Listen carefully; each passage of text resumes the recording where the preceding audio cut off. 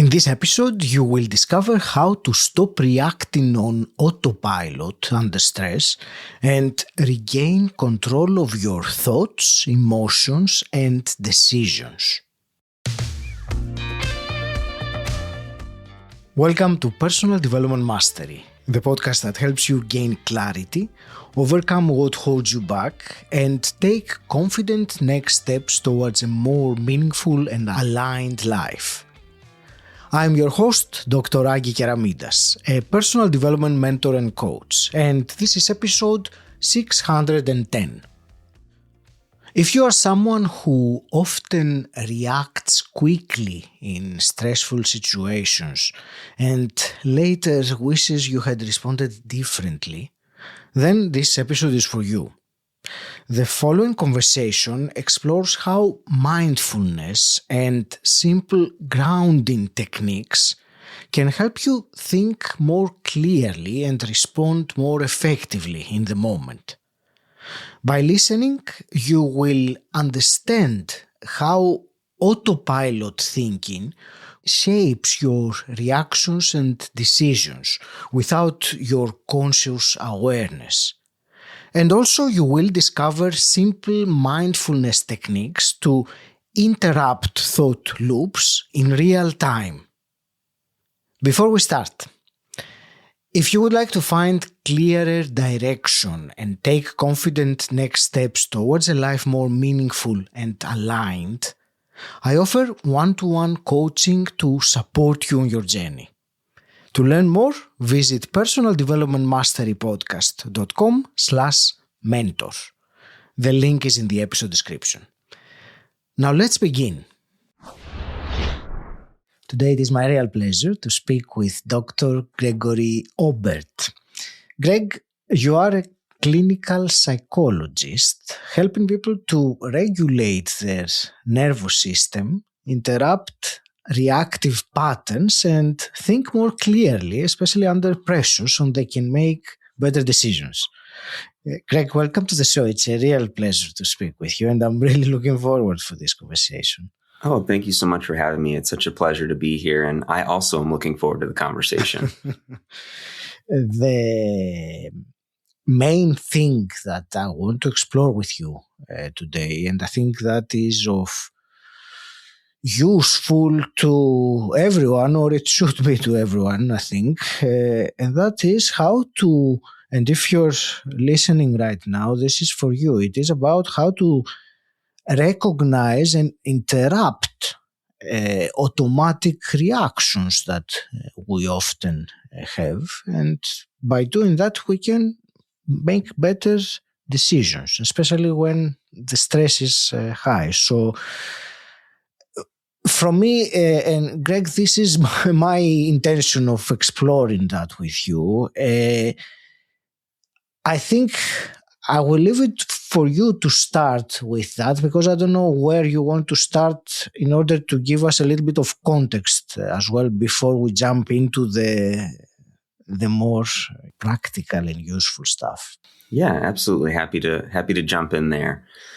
I feel like I'm taking on the near impossible task of trying to convince people that mindfulness is actually useful and not just some buzzword that people use on social media to try and sell you something. And so it's my goal today to save you and your listeners thousands of dollars on mindfulness seminars, because you don't actually need someone to, charge you $1,000 to explain what mindfulness is, because I'm going to tell you what it is for free. But before we get there, to your point about autopilot, it's a term I like to use because typically in the mindfulness literature, I see mindlessness, which makes us all sound crazy, which I don't particularly like. So I prefer the term autopilot. And it's essentially this idea that we are acting without really thinking.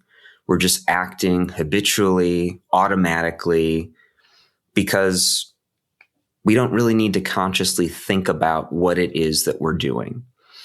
And sometimes this is a useful tactic.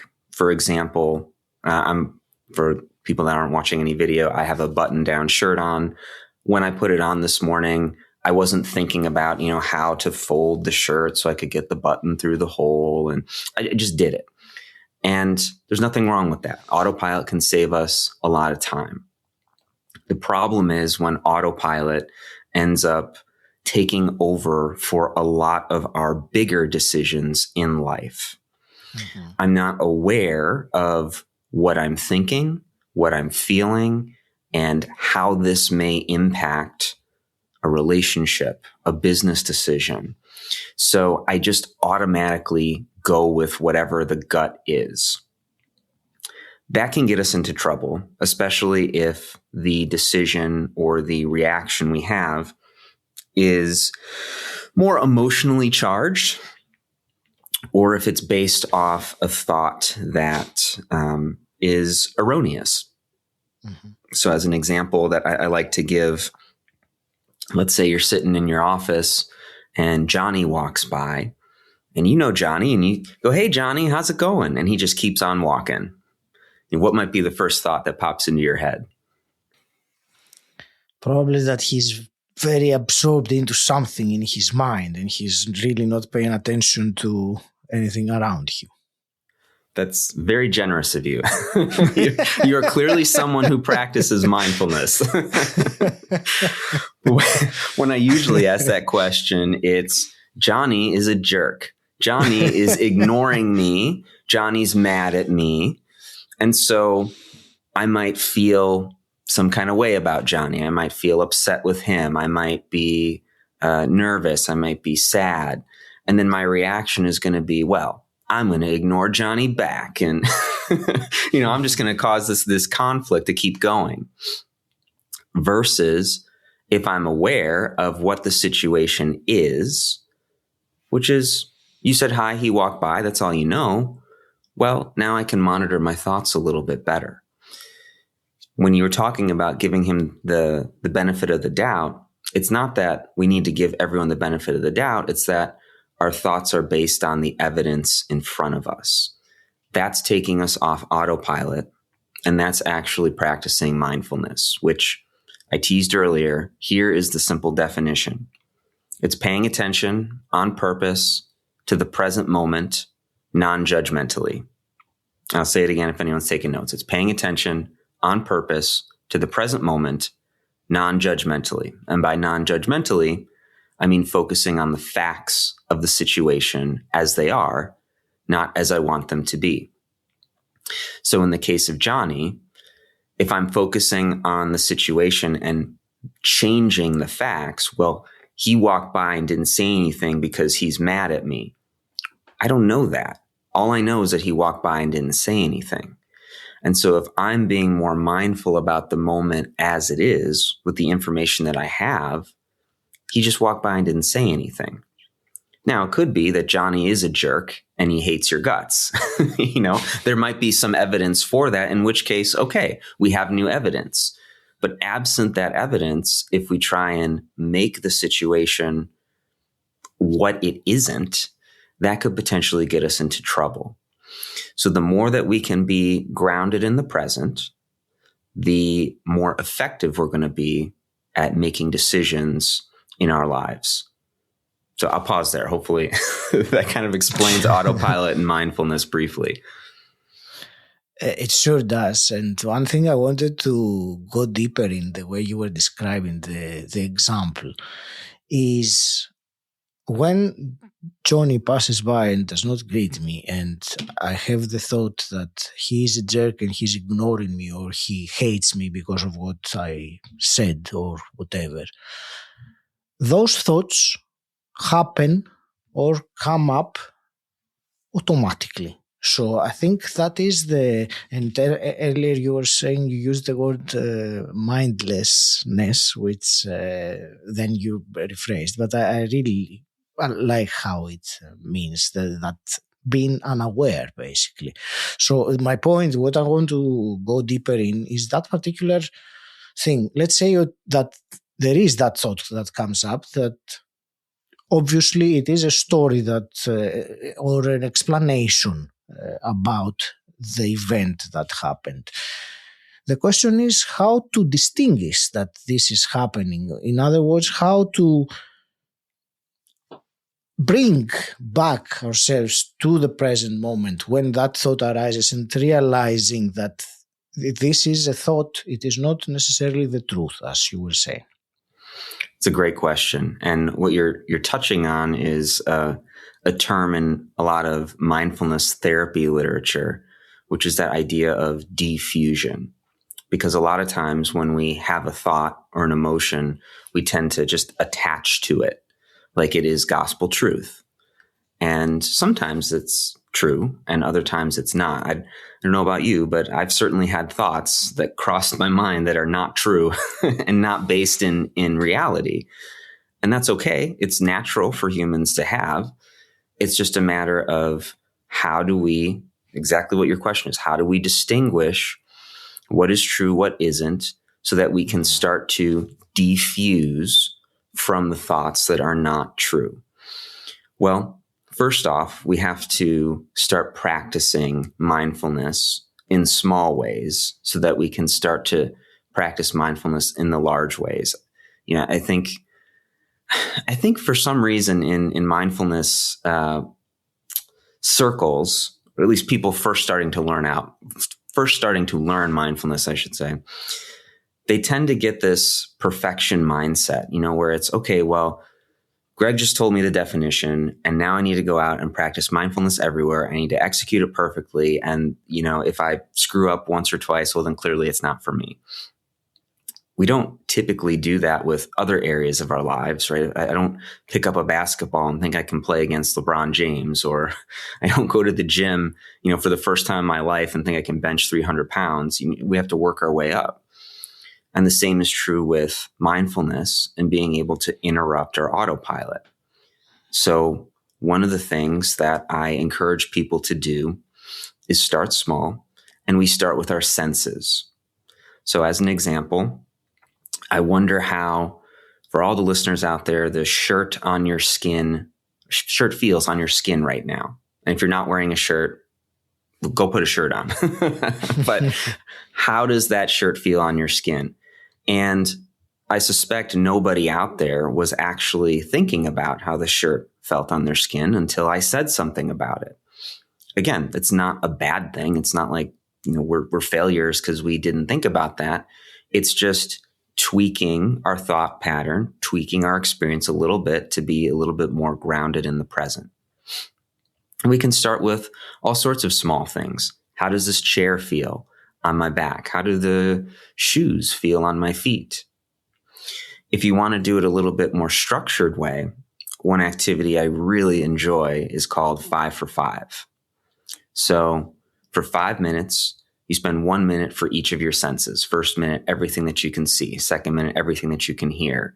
And then taste and touch and smell. I got to make sure I got all 5 there. And what's fascinating about it is when I do this with clients, the sight and the sound, not so much of a big deal. We can spend a minute identifying those things fairly easily. It's when we get to the taste and the smell.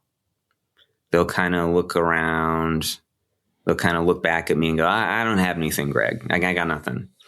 And I sort of nudge them a little bit and I go, just sit with it. Just see what you can come up with. And inevitably, they give themselves permission to sit for 5, 10 seconds. They start to come up with some things. Well, actually, no. Now that I'm thinking about it, I can think about the coffee that I just had, or, the eggs I had this morning. And now they're starting to flex those mindfulness muscles. Imagine what their daily lives could look like if they did this activity once a day for a week, or 2 weeks, or a month. They would be far more mindful of their senses. Once they practice that, they can start to build that out into other experiences. I had someone tell me the other day just about how when they drive, they just keep the radio off. They just kind of experience the drive as it is, or they go for a walk and they leave the phone at home and just be in the moment. And maybe the mind starts to wander, and that's okay. Just gently bring it back. We don't need to call ourselves failures or, awful people. Just gently nudge ourselves back to the present. Once we've built up these skills, we can then start to be more mindful around our thinking. We can then start to be more mindful around our emotions, so that when we are having thoughts about Johnny is such a jerk, hold up, pause. Could be that he's a jerk. Doesn't really track with the evidence that I have from the past week, because we've gone out to lunch 3 times and he invited me over this weekend to his house. So is this thought actually true, or is this thought being influenced by maybe some stress in my life? Maybe an emotional experience that is negatively influencing my view of Johnny. And already, if we can get to that space, we're doing something differently than what Autopilot is pushing us to do. Because Autopilot is pushing us to say, don't do that. Just assume, just jump to conclusions, and everything will be fine. And again, sometimes it is fine, sometimes it's not. This is great, and thank you for the practicality of the 5-for-5 exercise that you said. So with that exercise, I can imagine someone doing it, when they are in a, let's say, calm or safe environment, perhaps at the desk, or sitting down, not doing much at the same time. I would like to hear some tactic for more of a situation when the blood is starting to boil, or there is some emotional response that, as we all know very well, if it was only the thought that Johnny is, to carry on the example, that Johnny is a jerk, it's not only the thought, it is the emotional load of anger that comes with it that, intensifies the whole experience. So I would like to hear a tactic of breaking the autopilot when that happens, when we are, also emotionally entangled in a situation. Yeah. So it depends on what level you're at. I think a lot of times people think an emotion is just on or off. But the truth is that we feel emotions at different intensity levels. I think about it like, well, I guess everything's a touch screen now, but like a dial in a car where you're adjusting the temperature, right? Not everything is always all cold. Not everything's always all hot. There's a lot in the middle. And the same is true with our emotions. So if we take anger, for example, I could be angry at a 1 out of 10, right? And so maybe I might describe that as annoyed. I could also be angry at a 9 or 10 out of 10, which might be rage, wrath, exploding on somebody, right? And so it depends what level you're at. My rule of thumb is if you're in the 0 to 7 range, the logical part of your brain, which is the prefrontal cortex, which is just behind your forehead, this has a loud enough signal to regulate the emotional part of your brain better. When this is active, we can actually use these mindfulness skills to do defusion, right? So one practical skill is analyzing the gap. And so we'll put it this way. Johnny is a jerk. That's the thought that I have.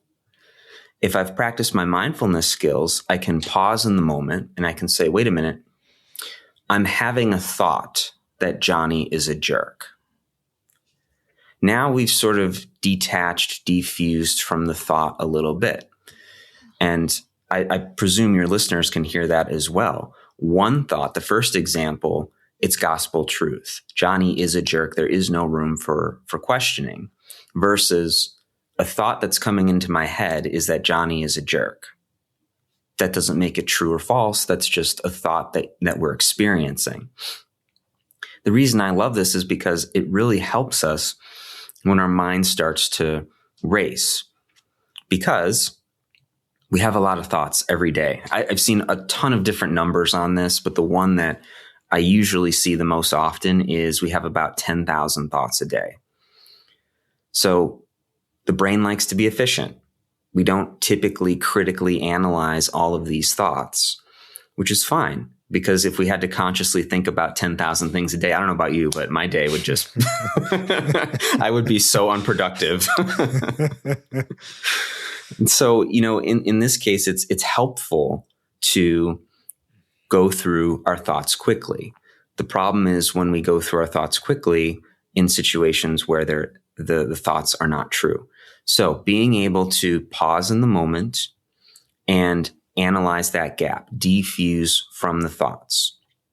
Now, this is a good technique when we're in the 0 to 7 range. What about the 8 to 10? When you're in 8 to 10, that logical part of your brain, it never shuts down completely, but the signal gets so quiet that the emotional part of your brain is able to take hold. There's nothing preventing it really from stopping. There's nothing preventing the emotional part from taking over. And so we've all had this experience, I presume, where we start to see red, especially if it's anger, and we just unload on somebody, even if all of our beliefs about the situation are completely erroneous. It doesn't matter.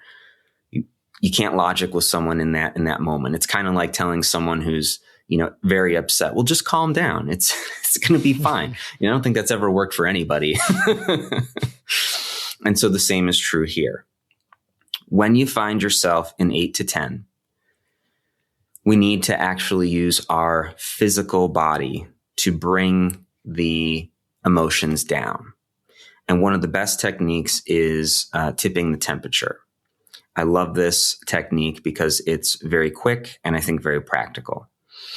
And this technique uses the dive response to our advantage. So for those that are unfamiliar with the dive response in name, you're probably familiar with it in practice.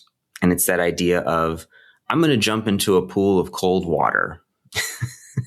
What tends to happen when we jump into a pool of cold water? Well, of course, we're not really thinking about what came before, what we need to do after. The body gets sent into shock, and we're just trying to kind of survive and get out of that cold pool of water. We can take this reflex and use it to cool the body down, which then cools the emotions down. So I presume everyone here works at a place that has some sort of form of running water. If you find yourself in the 8 to 10 range, man, I'm getting so angry with Johnny. I cannot believe he insulted me that way. I'm going to give him a piece of his mind. First, I'm just going to go splash some cold water on my face just for a few seconds. Or one technique, of course, it doesn't have to be ice cold. And of course, it depends on, whatever your lung capacity is, your medical conditions, but you can use a bowl of cold water, not freezing, just cool, and submerge your face in it for about 30 seconds. And I know that doesn't sound like a long time, but if you and I sat here not talking for 30 seconds, man, it would feel like a really long time. And the same is true if we were to put our face in cold water. Now, maybe you don't want to do that. Maybe you have a cold compress. You can put that on your forehead. You can put that on the back of your neck. Leave it there for 30 seconds. Because of the shock of the cold of the water, that's going to start to calm the body down, because we're going to get hot, especially if it's anger that we're feeling. It doesn't have to be anger. It could be fear. When we start to cool the body down, the emotions are naturally going to come down. So maybe that 9 becomes a 7. Well, a 7's not comfortable. I don't enjoy being angry at Johnny at a 7 out of 10, but a 7 is low enough that the logical part of my brain can start to get a little bit louder.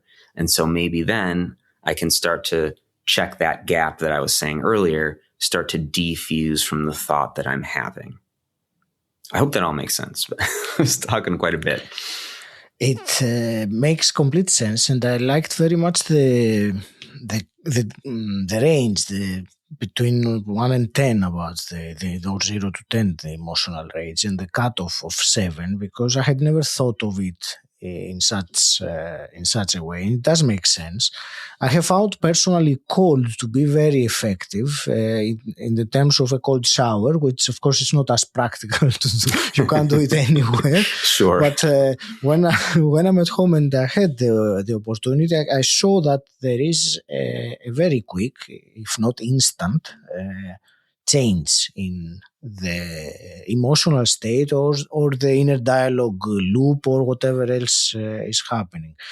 You said earlier, and using the physical body generally, and I think the same is if I go out for a run or something like this, or if I start jumping up and down, this breaks or lowers that number that you were saying earlier. And I suppose there's no harm in doing that, even if we're not at 8. If we feel like this would help do a 5 easier down, I think it's always good to utilize. And I'm only saying that because I think sometimes we overestimate the importance that we have to bring to use the mind in order to control the mind, somehow. And there are so many beautiful tools, the body, the cold, the breathing, you touched on it. There are so many other tools that one can use to actually help the mind, observe the mind, if I can put it like that. Yeah, no, absolutely. And I agree with you wholeheartedly that if there's something else that helps calm those emotions down, I mean, going for a walk, going for a run, I mean, if you're able, doing 30 jumping jacks even can be enough maybe to get some of that emotion out, especially if it's high, which then brings you down enough to have that logical part of your brain come back online. Hey, I'm all for it. And one other thing I will bring up again, you mentioned it, and it's so important. It comes up now for me.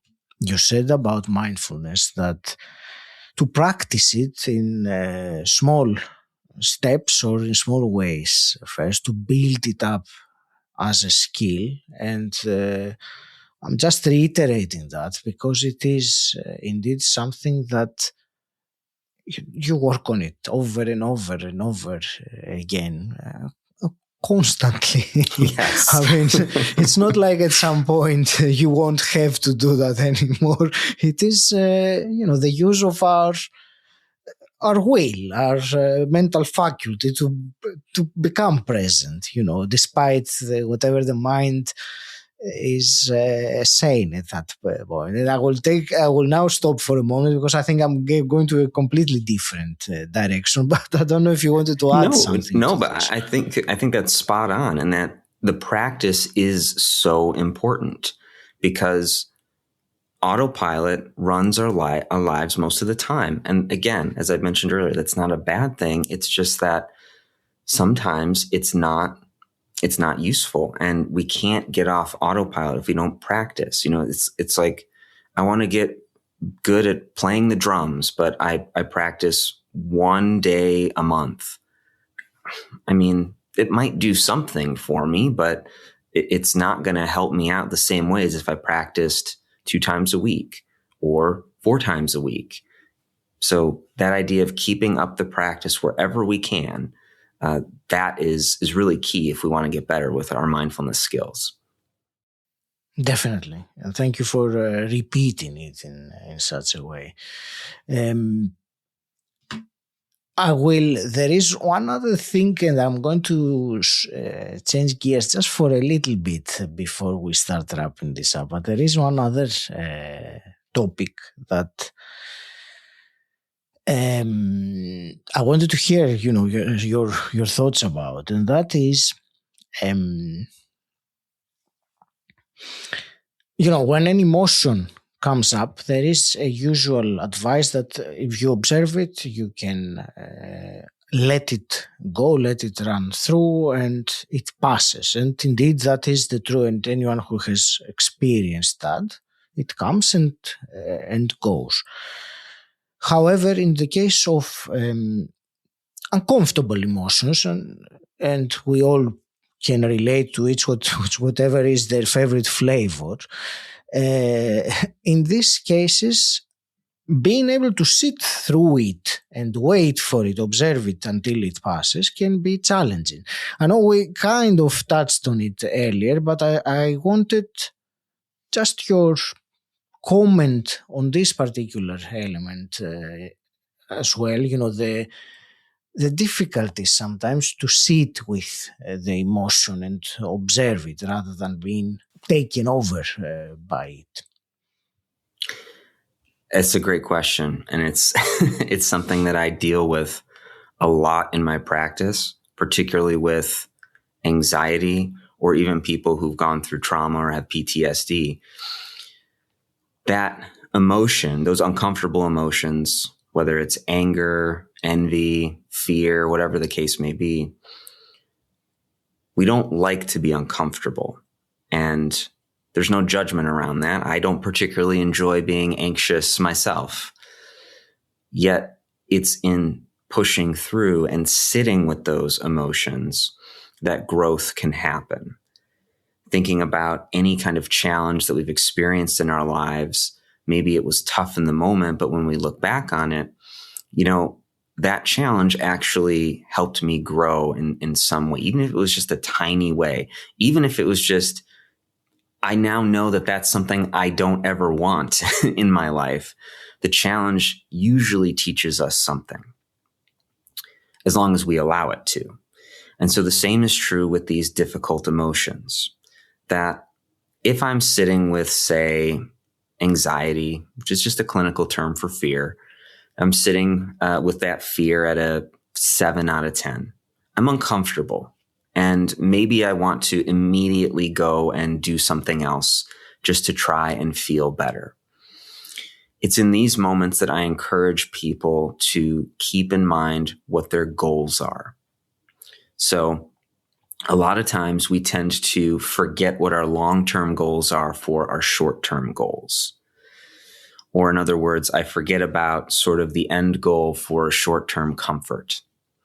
So a classic example of this is, okay, I came home from a really long day of work, and maybe I'm angry at a 6 out of 10 because of what happened at work. So I'm not raging, but I'm just really not in a great place.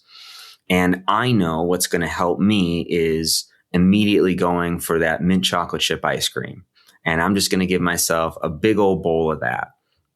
It's going to make me feel good in the moment because ice cream's delicious.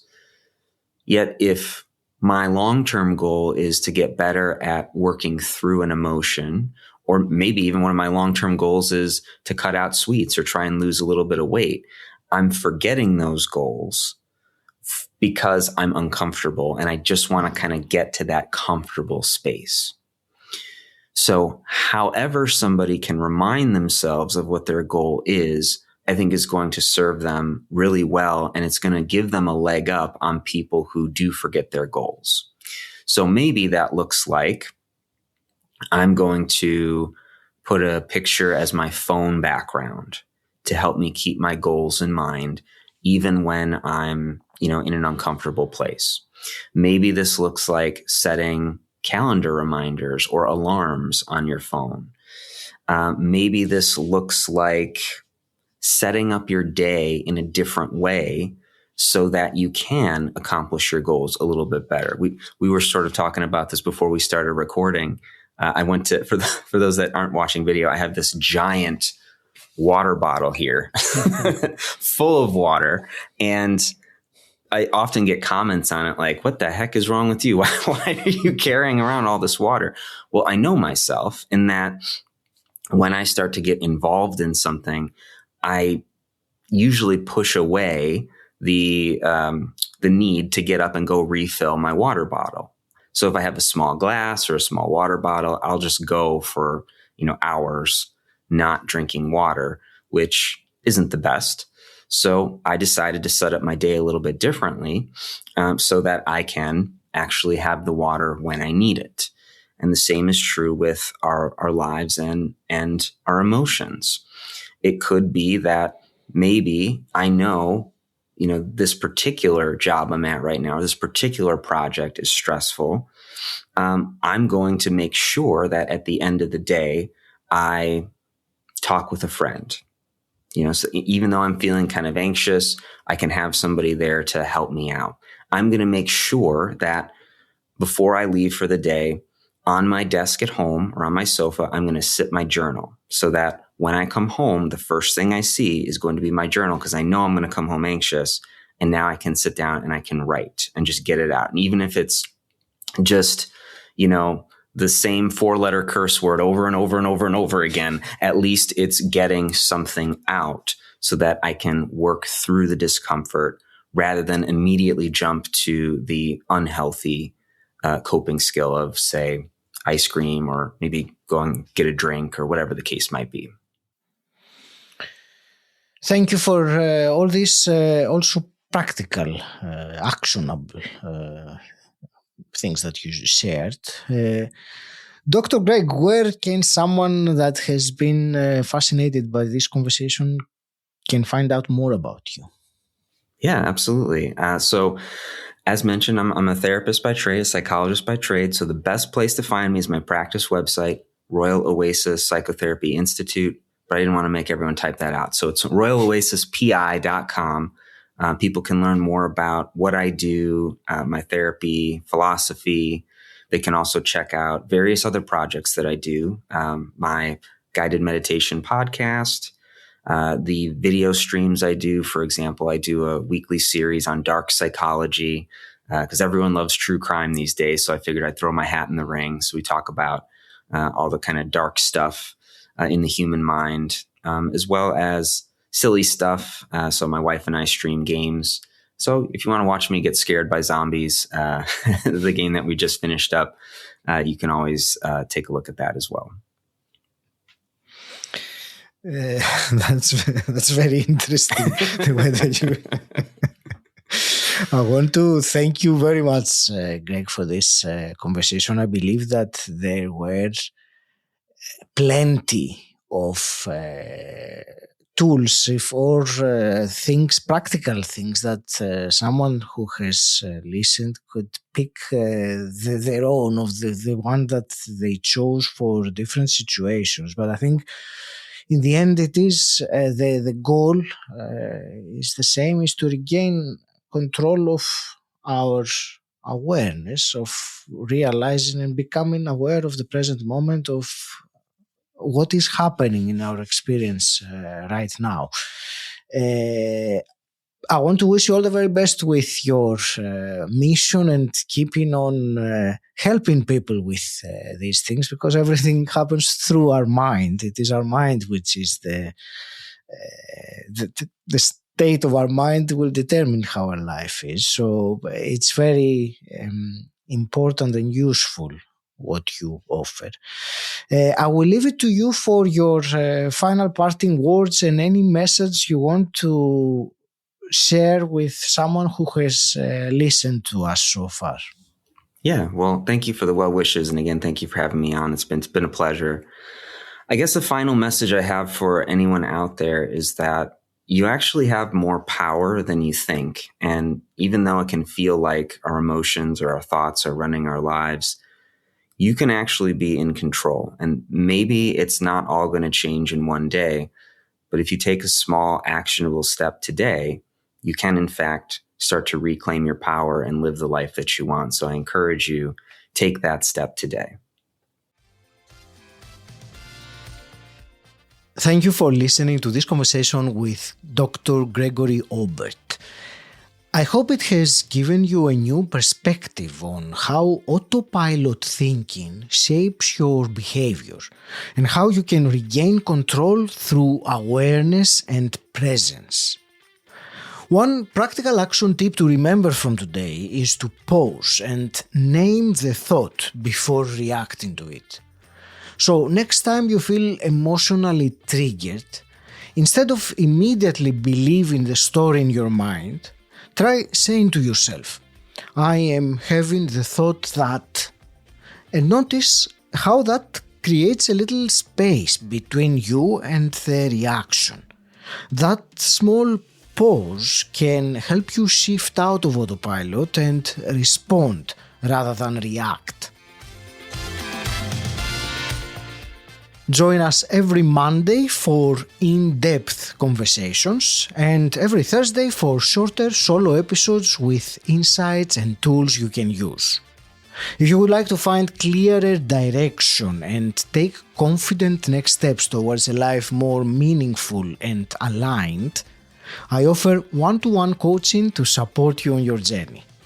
To learn more, visit personaldevelopmentmasterypodcast.com/mentor.